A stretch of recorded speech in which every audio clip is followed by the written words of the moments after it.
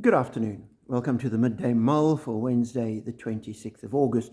With McShane, we're reading through the Psalms today, Psalm 34, a psalm of David.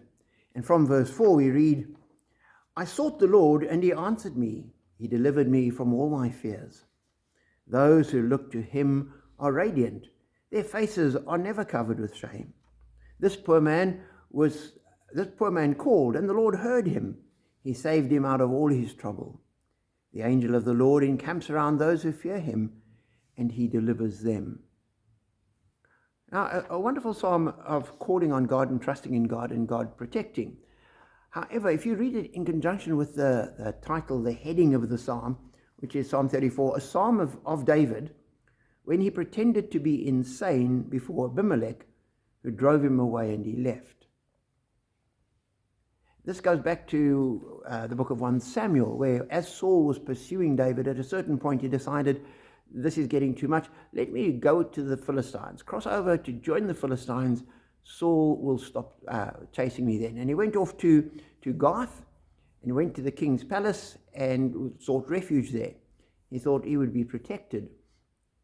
However, the other people said, oh, this is David, the great hero of the Jews. And he suddenly realized that he was under threat there. Greater threat there than he would have been with Saul pursuing him. So he pretended to be insane, and the king just said, I've got enough insane people and madmen, chase him away, drive him home, we don't need him around, which they did.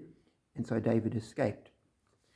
So David says, I sought the Lord, and he answered me. Whereas in actual fact, initially he hadn't sought the Lord. He'd come up with his own plan. Those who look to him are radiant.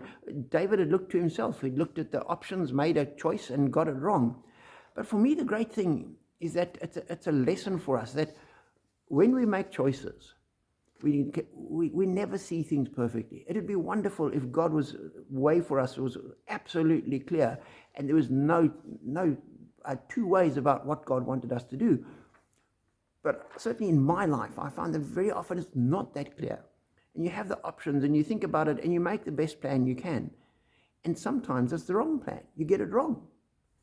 And what this teaches us is we shouldn't be afraid of getting things wrong. What we've got to do is when you get something wrong is to correct it, learn from it, and not make that same mistake again.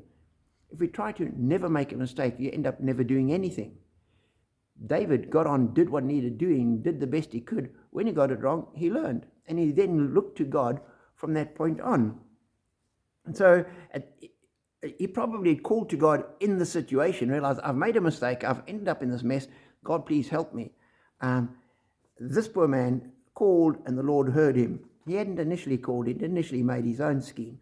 Now he calls and the Lord hears him and saves him out of his trouble. And as we go through life, that's how it is. We make mistakes, we do the best we can, and when we get something wrong, we look to God to guide us, and we correct, learn from our mistakes, avoid doing it again, and keep following.